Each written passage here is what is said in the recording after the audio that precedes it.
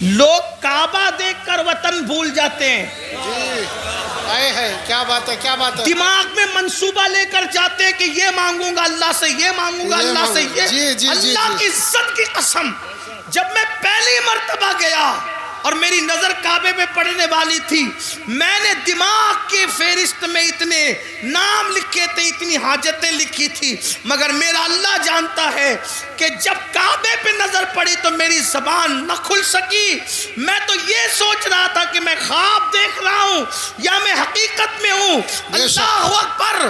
لوگ کعبہ دیکھ کر کے اپنی حاجتیں بھول جاتے ہیں، وطن بھول جاتے ہیں، لیکن یہ رب کعبہ کو دیکھ کر اپنی پاپی امت کی مغفرت کا سوال کرتے ہیں. کتنا پیار. دوسری بات، اہم بات کی طرف آئیے. اللہ کو دیکھ کر پاپیوں کو یاد کیا، یعنی امت کا پیار کتنا.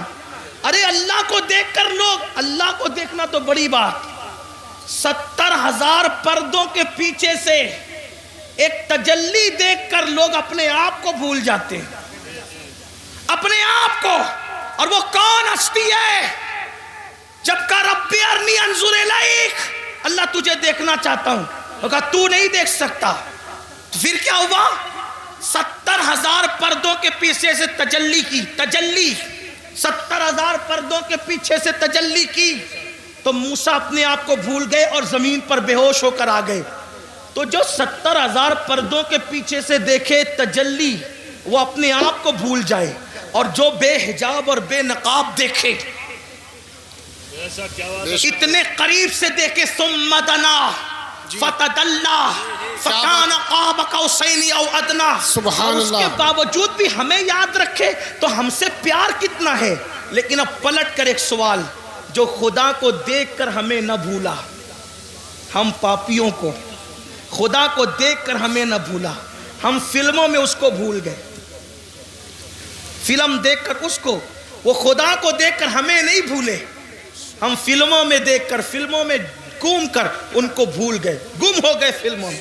وہ خدا کو دیکھ کر ہمیں نہیں بھولے، میری قوم زنا کے اڈوں پر جا کر انہیں بھول گئی. کیا ہوگا؟ تباہی نہیں ہوگی. حل کیا ہے؟ حل کیا ہے؟ حل ایک ہی ہے، بس ایک.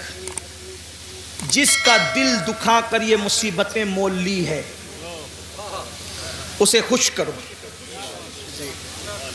ان سے معافی مانگو، انہیں راضی کرو، حضور کو راضی کر لو.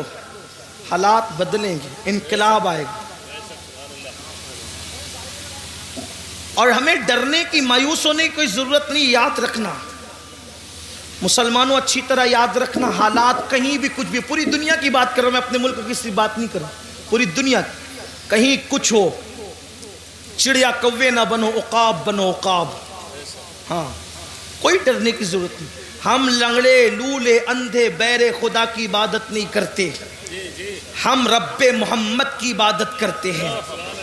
اور میرے اللہ کی طاقت اتنی ہے کہ جو فرعون کو دریا میں غرق کر دیتا ہے، نمرود کو لنگڑے مچھر سے ہلاک کر دیتا ہے، ابو جہل کو چھوٹے بچوں کے ہاتھوں موت کے گھاٹ اتار دیتا ہے، اللہ اکبر، ابو لہب کو عبرتناک موت عطا کرتا ہے، اس کی بیوی کے گلے میں پھانسی کا پھندا پڑتا ہے اور وہ بدترین حالات میں ہلاک ہوتی ہے.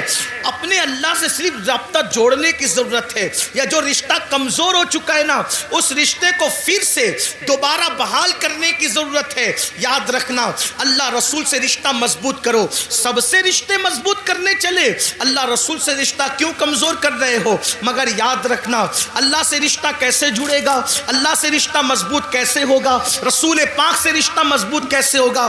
آسان طریقہ یہ ہے کہ جو گناہوں کے دلدل میں ڈوب گئے، توبہ کر کے نکلو، اللہ کی طرف پلٹو. کہاں جا رہے ہو؟ ففروا الی اللہ، اللہ کی طرف دوڑو. دوسری طرف نہ جاؤ، اللہ کی طرف دوڑو، اللہ کی طرف رجوع کرو، اس سے معافی مانگو۔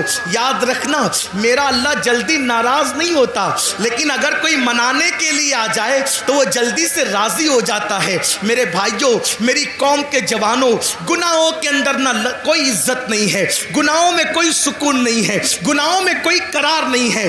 گناہ تباہ کرتے ہیں، گناہ برباد کرتے ہیں، گناہ ہلاک کرتے ہیں۔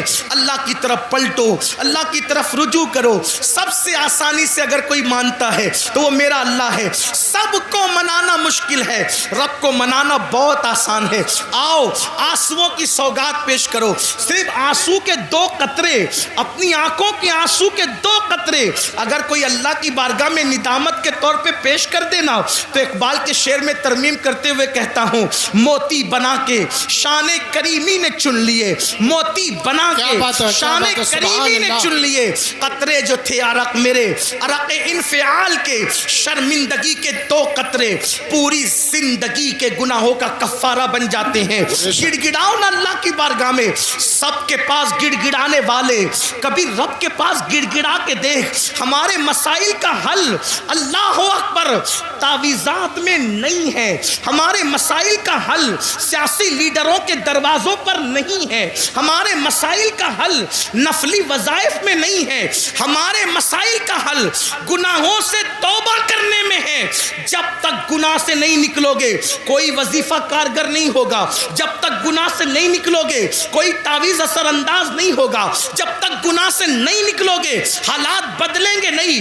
آؤ توبہ کریں، آؤ زندگی کو بدلیں، آؤ زندگی میں انقلاب بپا کریں۔ ایک مجذوب بزرگ جو ہے وہ بستی میں اعلان کرتے پھر رہے تھے، لوگو اللہ سے صلح کر لو، اللہ تم سے صلح کرنے کے لیے تیار ہے، لوگو اللہ سے صلح کر لو، اللہ تم سے صلح کرنے کے لیے تیار ہے، لوگو اللہ سے صلح کر لو، اللہ تم سے صلح کرنے کے لیے تیار ہے۔ جب ان کو قبرستان میں دیکھا گیا تو قبرستان میں روتے ہوئے کہہ رہے تھے، اللہ ان سے صلح کر لے، یہ تجھ سے صلح کرنے کے لیے تیار ہے، اللہ ان سے صلح کر لے، یہ تجھ سے صلح کرنے کے لیے تیار ہے۔ کسی نے کہا بابا بستی میں کہتے ہو کہ اللہ سے صلح کر لو، اور قبرستان میں کہتے ہو اللہ ان سے صلح کر لے۔ بستی میں لوگوں کو اللہ سے صلح کرنے کے لیے کہتے ہو اور قبرستان